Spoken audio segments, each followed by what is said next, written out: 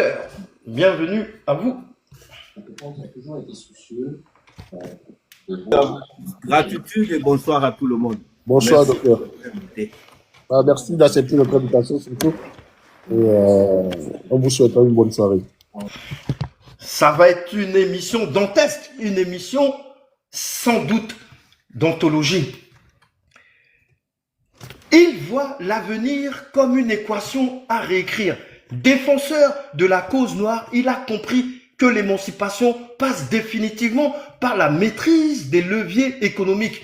Pour lui, la richesse n'est pas seulement une question de capital, mais de souveraineté. Souveraineté sur la terre, le savoir, l'industrie, le récit de notre histoire. Il imagine un monde où les diasporas noires deviennent des pôles innovation au service des États, où les économies africaines cessent d'être périphériques pour devenir centrales, créatrices de valeurs et de modèles. Son discours n'est pas une utopie, c'est une stratégie. Il appelle à bâtir des réseaux, des entreprises, des institutions capables de transformer la puissance collective en prospérité durable.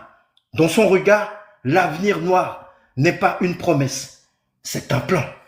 Bonsoir et merci d'être avec nous ce soir pour ce nouvel épisode de votre émission Décryptage, le 20e. On se retrouve après le générique. Comme d'habitude, Franklin Boukaka. À tout de suite.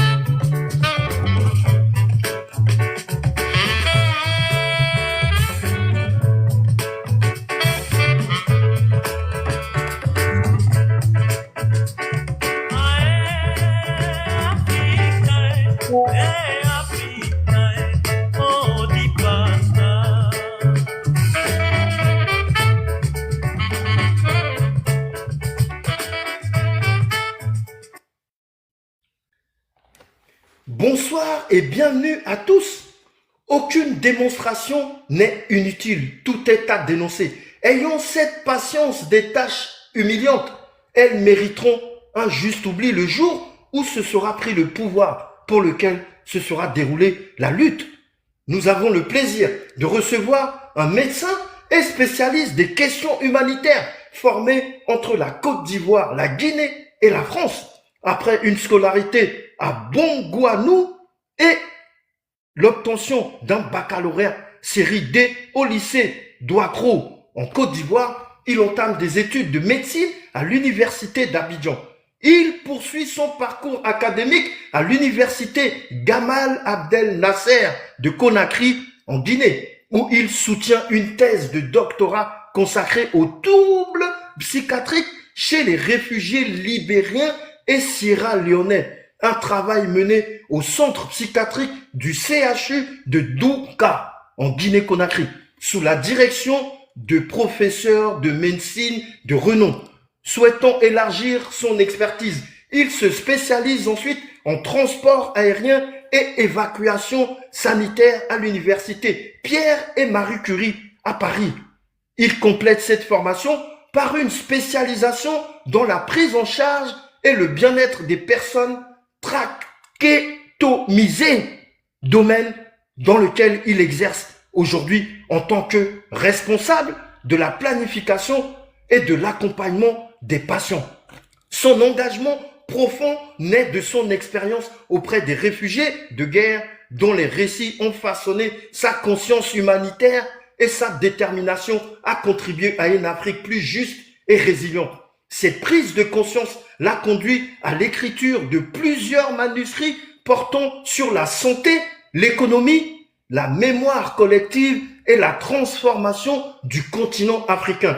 Auteur prolifique, il a rédigé notamment Vademecum Africa, soigner et guérir l'Afrique. Et si tout était faux, mon ami et mon assassin, nouveau traité économique pour l'Afrique, ou encore le mouvement d'une Afrique en transition, médecine ou médecin et schizophrène à l'étranger. Désireux de partager ses réflexions avec un large public, il développe une présence active sur le réseau, notamment TikTok, et fonde plusieurs initiatives intellectuelles et culturelles, dont JA, Dynamo ou Mdacom Chita, un centre hermétique d'initiation aux traditions ancestrales africaines, ainsi que le projet en cours MAT, mouvement d'une Afrique désormais en transition. Il inscrit son travail dans une vision de contribuer à la guérison, à la dignité et à la renaissance des peuples africains. Notre invité du soir est le docteur Jacques-Léon Tano, alias J.A. Dynamo. Docteur Tano sur la toile. Bonsoir, docteur Tano. Merci d'avoir accepté notre invitation. Cela a été très ardu de vous avoir sur notre panel, eu égard notamment à votre emploi du temps. Quand on est dans le médical, on n'a jamais le temps à votre emploi du temps. Comment allez-vous, docteur? Bienvenue. En tout cas, merci, merci beaucoup pour cette brève description. Je dis ma gratitude à tous les Africains conscients, à tous ceux qui vont tapoter, envoyer des cadeaux et puis partager ce live, parce que nous voulons faire de ce live, dans un premier temps, comme une prise de conscience, et puis dans un deuxième temps, donner des perspectives de solutions pour le continent africain. Nous voulons le faire non pas pour nous-mêmes, mais pour les générations futures, parce que nous pensons que nous avons déjà fait notre temps, et c'est à notre génération de prendre cette conscience-là et de vouloir bâtir une Afrique nouvelle sur de nouvelles visions, sortir des slogans et des dogmes pour entamer une nouvelle manière de voir, d'abord en commençant par notre génération, pour que dans le futur, on puisse créer une génération nouvelle d'Africains nouveaux à qui on va faire un transfert de devoirs, tout simplement, parce que désormais, nous pensons qu'en Afrique, Nous n'avons pas besoin d'un transfert de pouvoir, mais nous avons besoin d'un transfert de devoir. Une génération entame un service pour le bien-être du continent africain et on transfère ce devoir-là à la prochaine génération. Voilà mon point de vue. En tout cas, je vous dis merci. J'espère qu'on va faire un live très, très, très efficace. Et c'est pourquoi je demande aux gens de partager, de tapoter, d'envoyer des cadeaux pour que ce live-là soit non seulement instructif, mais surtout dans cet élan de perspective future pour l'Afrique là. Il faut que vous soyez là pour écouter. On ne doit pas utiliser TikTok juste pour l'amusement. Aujourd'hui, le monde a un tournant très décisif. Toutes les actions que nous allons mener aujourd'hui vont garantir l'avenir des prochaines générations. Donc, si nous restons bras croisés, que nous partons sur des lives pour nous amuser, sur des lives de Baïma ou bien comment ils disent ça, sur des lives de célibataires, alors disons-nous que nous sommes en train de sacrifier l'avenir des prochaines générations. C'est pourquoi nous ne sommes désormais pas trop tendres. Nous allons prendre un caractère un peu radical et tout Africain doit ancrer en lui ce caractère radical parce que nous avons dans notre ADN l'ADN des hommes qui ont des connaissances immenses. Donc, ces connaissances immenses, nous devons réveiller, exciter notre ADN pour faire sortir l'immense connaissance que nous a transmis nos ancêtres qui ont été des gens vraiment merveilleux. Et donc, ne tolérons plus des Africains complètement que j'appelle des robots télécommandés. Aujourd'hui, vous allez apprendre des nouveaux mots, les robots télécommandés. Et puis les perroquets répétiteurs. Voilà, ça c'est les deux mots que j'indique certains Africains. Je vais chuter pour ne pas être long en disant, malheureusement pour nous, 60% ou 70% des Africains sont toujours dans ce domaine de robots télécommandage et de perroquets répétiteurs. Et c'est ça qui fait le travail. Aujourd'hui, tout Africain, avant d'aller se coucher, doit commencer à se poser des questions. Et c'est ça, c'est pourquoi nous sommes à l'éveil. Je dis merci à mon frère qui m'a invité pour partager cette connaissance. Et je te dis merci, gratitude, que nos ancêtres te couvrent de bienfaits chaque jour pour que tout ce que tu fasses soit sur leur bien-être, la lumière, et que te devance chaque jour pour que chaque action que tu mèneras dans la perspective de les honorer et d'honorer la future génération soit toujours sous leur couronnement et sur leur bénédiction. Voilà.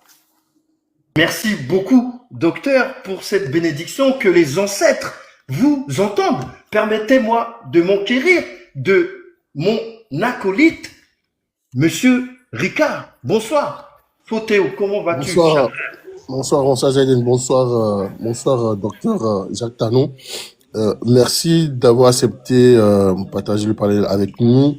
Nous jeunes sommes à la quête du savoir et je suis pas sûr que nous aurons à arriver et aussitôt acquérir l'expérience que vous avez eue durant tout votre parcours et merci de toutefois accepter de le partager avec nous. Excellent.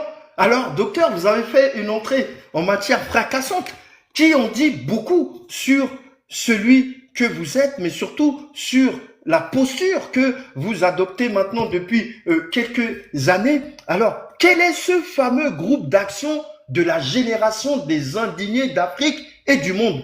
Expliquez-nous la maxime, l'apophthegme de ce mouvement. Eh bien, c'est un groupe que j'ai formé qui est le groupe d'action de la génération des indignés de l'Afrique et du monde. Pourquoi indigné? Indigné parce que dans notre compréhension du mental de l'homme, c'est à travers l'indignation seulement, qu'un être humain peut monter dans sa compréhension du monde et dans sa conscience. Parce que dans le mental humain, nous avons la partie consciente, la partie du subconscient et la partie inconsciente. Toutes les informations que nous recevons par-ci, par-là sont des vibrations. Parce que quand je parle, c'est une vibration que je mets qui rentre dans notre mental. Et cette vibration, en rentrant dans le mental, va rester dans le mental. Donc, c'est ce que les autres ont utilisé pour nous envoyer des dogmes et des slogans.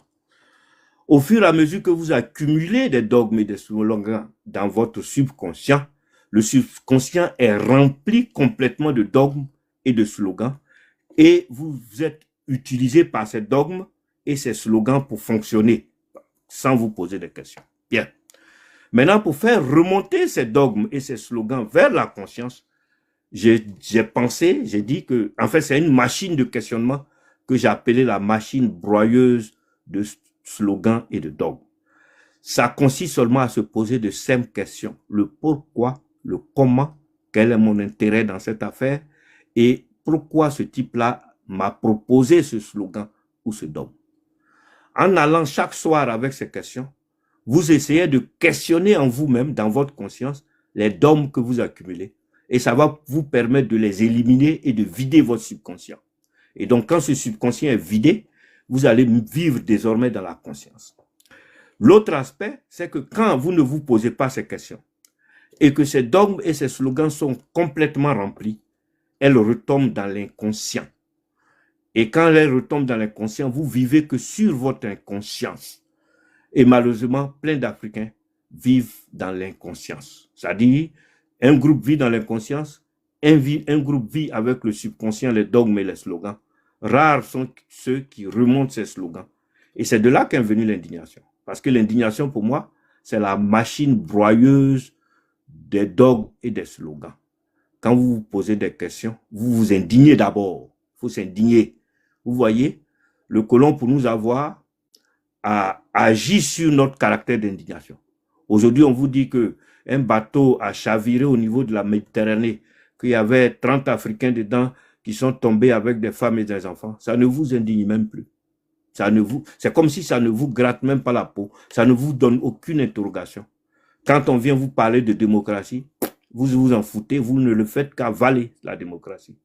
Quand on vous dit, par exemple, vous êtes un opposant, vous ne vous posez pas de questions, vous l'avalez et vous agissez selon les opposants. C'est là que vous devenez des robots télécommandés et des perroquets répétiteurs. Voilà.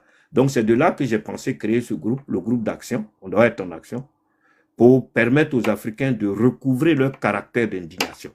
Et une fois on est indigné, on aura la possibilité d'être des Africains conscients.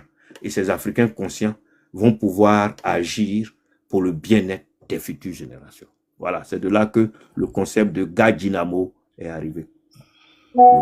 Merci beaucoup, docteur. On aura l'occasion de revenir tout au long de cette soirée qui s'annonce encore une fois assez mémorable. Vous êtes donc le 4e médecin que l'on reçoit. Nous avons reçu un psychiatre il y a 3 semaines. Nous avons reçu un psychologue et un autre psychologue. Vous êtes donc le 4e et vous êtes aussi très porté sur l'aspect psychologique et la manière dont l'homme noir agit, bien évidemment. Et on parle aussi de conscience. Il s'avère que nous manquons de cette fameuse conscience qui elle-même participerait à poser des actes forts. Aujourd'hui, il est à noter de manière claire, nette et concise que oui, nous sommes toujours inconscients. Alors, il y a un deuxième mouvement, si tant est qu'il en soit un. Qu'est-ce que le MAT, le mouvement d'une Afrique désormais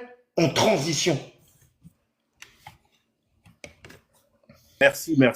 Bon, dans l'évolution de la conscience, aujourd'hui, tout ce qu'on est en train de raconter, on ne peut le mettre en application. Et moi, j'ai pensé que ça ne peut être en application que seulement dans une période de transition. Pourquoi une période de transition pour l'Afrique? Et cette transition pour nous doit durer le temps d'une génération. C'est-à-dire la nôtre s'acquiert de cette conscience et transmet cette conscience à la prochaine génération. Donc, quand on va commencer le mouvement de l'Afrique en transition, le premier jour qu'on va annoncer la transition, tous les enfants qui naîtront le premier jour de la transition seront les enfants MAT 1. On va commencer à les immatriculer. Donc, ce seront les Matiens, c'est-à-dire des enfants de la transition. À ces enfants, nous allons leur inculquer notre conscience. C'est-à-dire, aujourd'hui, quand vous prenez l'Afrique, tout ce qu'on fait nous a été dicté, imposé. Même le système éducatif nous a été imposé. Tout, notre manière de vivre, notre manière de nous habiller, notre manière de nos religions, tout nous a été imposé. Aucun n'est venu de nous-mêmes ou bien en fonction même de nos propres besoins. Même nos cultures, cacao, café, tout ça nous a été imposé. Donc, dans cette période de transition que nous souhaitons mettre en place très bientôt, qui est accompagné par mon livre « Le mouvement de l'Afrique en transition », où toutes les descriptions ont été faites. Et dans cette période de transition, l'éducation va prendre fin, c'est-à-dire cette éducation qu'on nous a imposée, parce que nous trouvons anormal que nous allons à l'école pour aller étudier le français, pour aller étudier la philosophie, pour aller étudier l'histoire géo, pendant que dans nos plantations, nous avons du maïs, nous avons du cacao, nous avons du café. Sous nos terres, nous avons des sols riches, donc nous avons du fer, du plomb, nous avons tout ce qu'il faut, et puis nous sortons docteurs en philosophie. Pour moi, c'est du gâchis. Donc, le nouveau système éducatif doit être un système éducatif que vous et moi, tout le monde, on va mettre en application en fonction de nos besoins. On a du cacao, on va faire des facultés qui vont agir comment mettre ce cacao-là en valeur. On a du fer, on avait des anciens forgerons qui étaient là, on avait des grands fours, on avait depuis des millénaires. Depuis des millénaires. On a eu une grande tradition de forgerons, effectivement. Donc, il faut réactiver tout ça parce que nous sentons que avec cette colonisation, tout a été arrêté. On n'a même pas un médicament africain. Avec toutes nos plantes médicinales, il n'y a personne Incroyable. qui là pour dire créons un médicament. Donc, dans cette transition, le système éducatif va être complètement annulé et repris à nouveau en fonction de nos propres besoins. Même les salles de classe vont être changées. Désormais, nous ne voulons plus de salles de classe carrées ou rectangles. Nous aurons des classes circulaires où les enfants dans cette transition vont travailler en collaboration. Il n'y aura pas de premier, il n'y aura pas de dernier. Quand on donne un exercice, les enfants doivent se questionner et chercher à trouver les solutions ensemble. Ça va effacer cette idée de concurrence qu'on a ancrée en nous. Parce que nous, regarde, aujourd'hui, nous sommes ici, nous sommes partout, mais nous créons de façon automatique une concurrence entre nous. Quand tu as quelque chose, tu ne veux plus montrer à un ami africain parce que c'était ce qu'on nous a mis dedans. Mais aujourd'hui, désormais, nous voulons que ce ne sera plus comme ça avec nos enfants. Nos enfants vont travailler en libre collaboration entre eux. Quand tu ne connais pas quelque chose, tu demandes à ton ami et lui, il te dit, c'est pas, la tricherie sera complètement annulée. C'est-à-dire, ce ne serait pas une punition. Tu as le droit d'aller regarder, tu as le droit d'aller, c'est ce qu'on va inculquer à nos enfants. Donc, c'est pourquoi nous avons pensé que tout ce travail-là ne peut pas se faire à la va-vite. Il fallait construire cette Afrique dans une transition, et je vais chuter par là. Et cette transition, nous avons dit, bon, dans la transition, qu'est-ce qu'on va faire? On veut construire, ce serait nous les architectes. Notre transition doit être l'architecte de cette transition-là. Et pour faire l'architecture, il faut construire l'Afrique. Construire l'Afrique sur une base solide. Parce que quand vous voulez construire une maison, vous n'allez jamais construire votre maison sur du sable mouvant. Surtout que vous voulez votre maison en grands étages, bien jolis. Donc, vous allez étudier le sol. Et pour nous, le sol, c'est le peuple. Parce que tout ce qu'on fait, c'est pour le bien-être des populations africaines.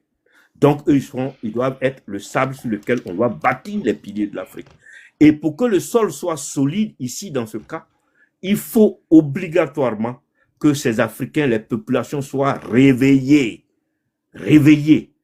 Et réveiller n'est pas l'essentiel. Il faut qu'ils soient éveillés. Parce que l'essentiel, ce n'est pas l'essentiel de les réveiller, mais il faut les maintenir éveillés.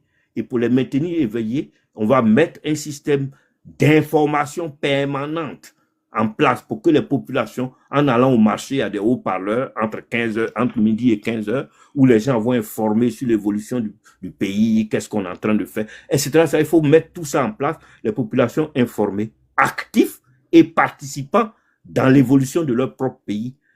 Et une fois on a acquis ça pour le peuple, on dit que le peuple est déjà suffisamment solide pour qu'on bâtisse l'architecture de l'Afrique. Et on veut bâtir cette Afrique sur 4 piliers. Le premier pilier, c'est la défense et la sécurité. Le deuxième pilier, c'est la santé. Parce que, vous voyez, la santé est primordiale dans la vie des hommes. Le troisième pilier, c'est l'agriculture vivrière et l'agriculture médicinale. Parce que pour nous, c'est à travers l'agriculture médicinale et vivrière et médicinale qu'on va tamer un processus d'industrialisation. Parce que quand vous prenez le maïs, il faut sortir l'huile, il faut sortir la poudre de maïs, il faut sortir l'aliment du bétail dans le maïs seulement. Donc, la conservation, tout ça va nous permettre de créer une ingénierie pour conserver tout ça. Et puis enfin, nous allons créer le quatrième pilier, c'est la cohésion sociale et la paix.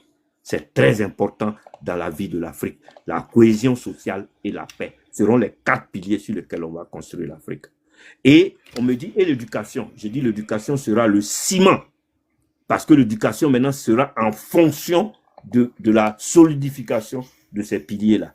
Donc l'éducation de la défense, l'éducation de la santé, l'éducation de l'agriculture vivrière, l'agriculture médicinale et l'éducation sociale pour créer une nouvelle science sociale juste pour que l'Afrique crée la cohésion et la paix. Voilà. Donc tout ça sera une couverture et la dernière chose qu'on veut faire, c'est ce qu'on appelait le Chita, c'est-à-dire on va créer un centre hermétique d'initiation aux traditions ancestrales africaines. Et c'est ce centre hermétique d'initiation aux traditions ancestrales africaines vont couvrir ce toit qui va couvrir la truc. Donc on aura désormais la tradition ancestrale africaine dans tous les piliers. Dans la défense, la tradition ancestrale sera là. Dans l'agriculture, elle sera là. À l'époque, vous voyez nos ancêtres, avant d'aller planter, il fallait faire des rituels et tout ça doit être repris dans cette transition. Et donc, cette transition qui va durer 25 ans, après les 25 ans, on va faire un transfert de devoir. Là où on est arrivé, on fait le transfert. Bon, celui qui a commencé la transition le premier jour aura 25 ans. Ceux qui avaient 5 ans auront 30 ans. Et ceux qui avaient... bon, je vais approfondir tout ça au fur et à mesure du temps pour ne pas être long. Bien évidemment. Alors, ça fait quelques mois que moi je vous suis sur vos panels. Vous avez un ton très didactique, hein, très éducateur, très formateur, instructif, presque scolaire, parce que vous avez un tableau blanc sur lequel vous expliquez et donnez donc toutes les relations entre les idées que vous avez, comment est-ce que on doit s'y prendre par des mathématiques, hein, la preuve par 9, la preuve par 3, bref, c'est tellement exponentiel. Vous êtes très prolixe aussi. Alors, c'est très important pour nous d'inviter ici des experts, des sachants, des gens qui ont un vrai message à faire passer. Donc, n'hésitez pas à prendre la parole aussi longuement que nécessaire pour que nos éditeurs puissent comprendre les tenants et aboutissants de votre posture. Bonsoir, Fotavio, bienvenue à toi. Bonsoir Fomé, bonsoir l'invité, monsieur Tano. Ça fait plaisir de vous écouter. On va vous concocter des questions auxquelles vous aurez à répondre. Et ça pourra édifier le public qui nous suit. Merci beaucoup, monsieur Tano. Bonne arrivée. Alors, docteur, vous avez répondu hein, en substance à la prochaine question, parce que évidemment, comme j'ai l'habitude de le faire quand j'invite une personnalité, je regarde ces vidéos, j'assiste aussi à ces lives pour avoir vraiment des idées de ce que cette personne elle prône. Et vous dites donc tous les choix sur le continent ont été imposés de l'extérieur. Dites-vous, quels sont les mécanismes? Pour vous, l'Afrique doit faire face au choix, est un élément essentiel dans la prise de conscience des Noirs. Pouvez-vous développer plus en avant? Parfaitement, parfaitement. Bon, je vous ai donné tout à l'heure l'exemple. Hein. Voilà. Regardez, en Afrique, notre système éducatif, la plupart du temps, est orienté vers la littérature. Pendant que nous avons des sols et des sous-sols, nous avons une défense, on a une santé à entretenir, mais nous orientons notre système éducatif vers ce qui ne nous rapporte rien. C'est en Afrique que tu vas voir des gens étudier le latin encore, le grec ancien. Il y a des gens qui sortent docteurs en grammaire. Bon, un est professeur agrégé comme le président sénégalais, professeur agrégé en grammaire. À quoi il est utile dans ce monde aujourd'hui, ce monde de crocodile dans lequel nous sommes? Donc, moi je dis que pour les prochaines générations, nous avons compris le monde, nous avons pris conscience. Nous ne nous laisserons plus imposer des slogans et des dogmes. Si vous faites le travail de prise de conscience, c'est-à-dire le travail de broyage des slogans et des dogmes dans le subconscient, vous allez arriver à un certain stade où votre subconscient sera complètement vide, comme le mien. Et vous allez entendre le cours de cette interview, de ce dialogue que nous sommes en train de faire. Ce serait peut-être par défaut que je vais employer un des slogans que le colon nous a insérés, comme le développement, l'émergence, l'autosuffisance alimentaire. Vous pensez que c'est des vocabulaires à bannir pour l'homme noir? Complètement, parce que c'est des vocabulaires qui ne nous... Quand on dit développement, bon, c'est tellement vague que le répéter même fait honte. Quand on te dit opposant, vous voyez, en Afrique, les gens s'appellent opposants. Moi, je me suis assis et je me demande, mais pourquoi ils doivent répéter? On s'oppose à quoi, en réalité? Nous tous, nous allons dans la même direction, parce que celui qui dit il est opposant, quand vous lui posez la question de savoir, qu'est-ce que vous voulez pour votre pays? Qu'est-ce que vous voulez pour le peuple? Il va dire que je veux le bien de mon peuple. Celui qui dirige aujourd'hui, quand vous lui demandez, il va dire je veux le bien de mon peuple. Alors, en quoi est-ce qu'ils sont opposés? Ils sont différents seulement. C'est une simple différence de méthode pour arriver au bien-être des populations. Donc, le mot d'opposition, en réalité, n'a pas droit de citer dans notre dialogue.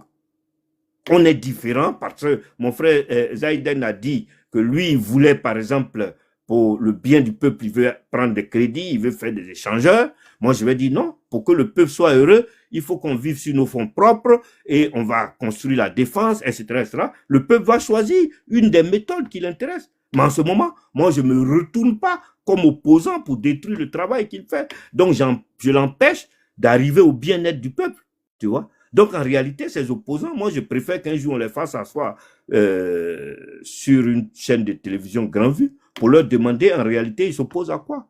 Ce mot a été fabriqué. Et quand vous regardez aux États-Unis, vous suivez l'actualité, ils vont jamais appeler Biden opposant de Trump. Non! Ils vont jamais, quand Trump a quitté le pouvoir, on dit le parti républicain. On dit jamais l'opposition. En France, c'est de rares moments certains journalistes emploient ces mots-là. Ils disent le parti de Jean-Luc Mélenchon, le parti LFI, RNN, c'est comme ça. Mais ils disent pas opposition. Parce qu'ils savent réellement qu'ils sont pas opposés. Ils sont là pour le bien-être et le bonheur du peuple français. Donc, il n'y a aucune opposition dans ce sens. C'est pourquoi moi, je souhaite qu'on bannisse. À la place du mot développement, dans la nouvelle transition, dans les nouveaux enfants, on va dire la vie. On veut vivre. On ne peut pas te promettre un développement pendant qu'on ne t'a pas garanti la vie. Le premier droit d'un citoyen, c'est la vie. Qu'est-ce qu'on a besoin de vie pour vivre? On a besoin d'oxygène, on a besoin de santé, on a besoin de se déplacer, on a besoin de se communiquer, on a besoin de cohésion sociale et de paix. Et ça, tous ceux qui veulent diriger l'Afrique doivent garantir ça d'abord aux populations. Et en fonction de nos richesses, on va demander de mieux vivre. C'est-à-dire, j'ai eu déjà ça, je veux désormais mieux vivre. C'est ça qu'on va améliorer tous ces systèmes de communication, tous ces systèmes de déplacement, tous ces systèmes de cohésion sociale, tous ces systèmes de santé, on va les améliorer pour le bien-être. C'est ça, on vit mieux parce que nos sols et nos sous-sols nous ont permis de mieux vivre. Mais bon, on saute de là, on parle de développement, alors que dans des hôpitaux, un homme peut perdre la vie pour 15 000 francs CFA. Je peux, par exemple, perdre mon immeuble. Mais demain, quand j'ai de l'argent, je peux reconstruire. Mon immeuble se casse aujourd'hui, par manque d'entretien ou quoi. Bon, j'ai pas d'argent, mais je sors de là, je paye un ticket loto et un coup, j'ai 100 millions. Ah, je reconstruis mon immeuble. Mais quand tu as perdu ton oncle, ton père, ta mère, dans un hôpital, par manque de 15 000 francs, tu ressors de l'hôpital, devant l'hôpital, tu payes un ticket loto, tu gagnes 100 millions. Comment tu vas faire pour faire revivre cette mère, ce parent qui est décédé? C'est pourquoi la vie de l'Africain doit être primordiale. Il faut garantir la vie. Et pour vivre là, on a besoin de santé, on a besoin d'un logement décent, on a besoin de l'eau potable, on a besoin d'hygiène, on a besoin de tout ça. Donc, nous, on dit, désormais en Afrique, la santé doit être gratuite. Voilà. C'est ce que le peuple veut. Celui qui veut être candidat, pour diriger un pays, ce n'est pas une obligation. Nous, le peuple, on dit désormais, on veut de l'eau potable gratuite. On imagine que chaque personne, on va calculer un individu pour son hygiène, pour boire, pour tout, pour sa préparation. Tout ça, il lui faut à peu près 1 mètre cube. Ça, c'est un exemple que je donne par hasard. On multiplie par 30, ça lui fait 30 mètres cubes par mois. Donc, les 30 mètres cubes qui tombent dans son compteur est gratuit. Et on met des budgets pour faire des puits, des forages partout, pour que l'eau potable soit gratuite et disponible, parce que ça fait partie de la vie. Donc, voilà l'idée que j'envoie. Donc, à partir, vous êtes 2 dans la maison, vous avez droit à 60